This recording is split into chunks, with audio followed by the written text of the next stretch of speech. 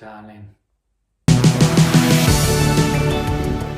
Hi everyone, welcome to my channel, and in today's video I'm going to be doing a fragrance review on my personal favourite Tom Ford from the Soleil range, which is Soleil de Feu.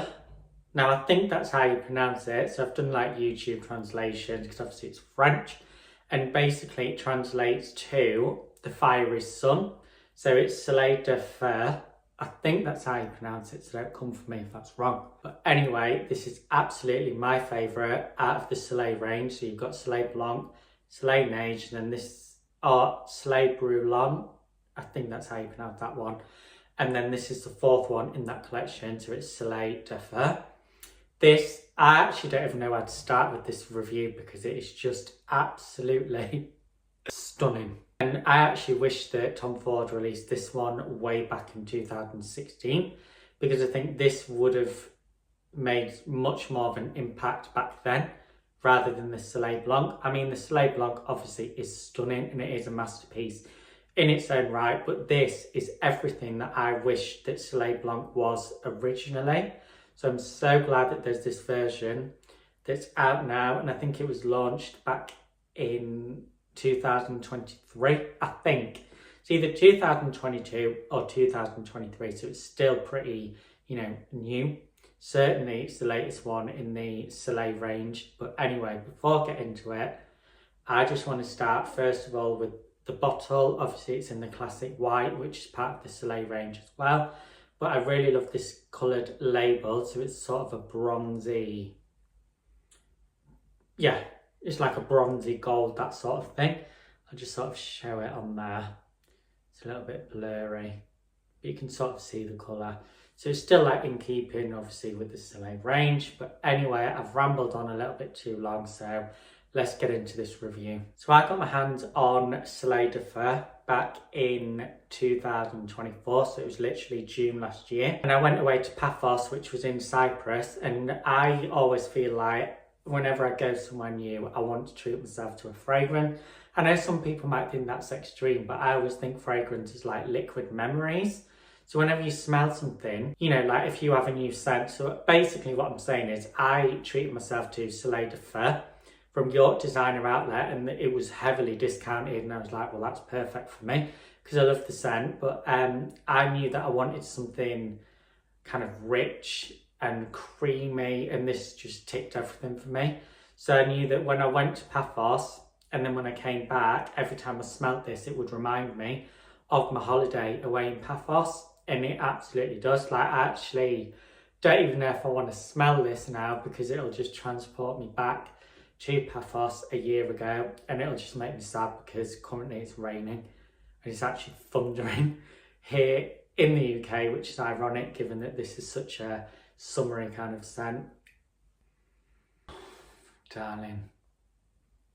Oh, it is stunning. Oh my god, it's taking me right back to Paphos now, and I just remember wearing this on an evening time. Obviously I'm going to get more into it in the review and stuff, but it just takes me back.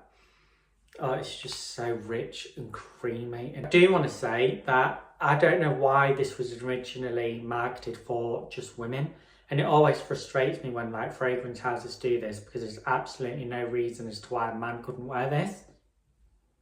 So I don't really know what's going on there, but yeah, this is definitely unisex. So a man could wear this, a woman could wear this, non-binary could wear this. Like, just wear it. If you like a fragrance, just wear it.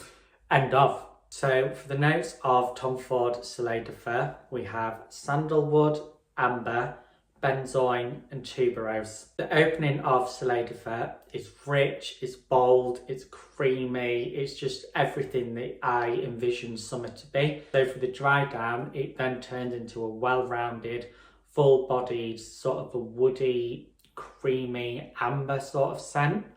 And I just love this, but what I would say is that it can be quite overpowering. So I would recommend wearing this on an evening time. So maybe if you are having a cocktail like beachfront, or you sat in the hotel room, I don't know, whatever it is that you're doing on holiday, I would definitely wear it, certainly towards the evening, just because during the day it can be a little bit too heavy. and a little bit too overpowering.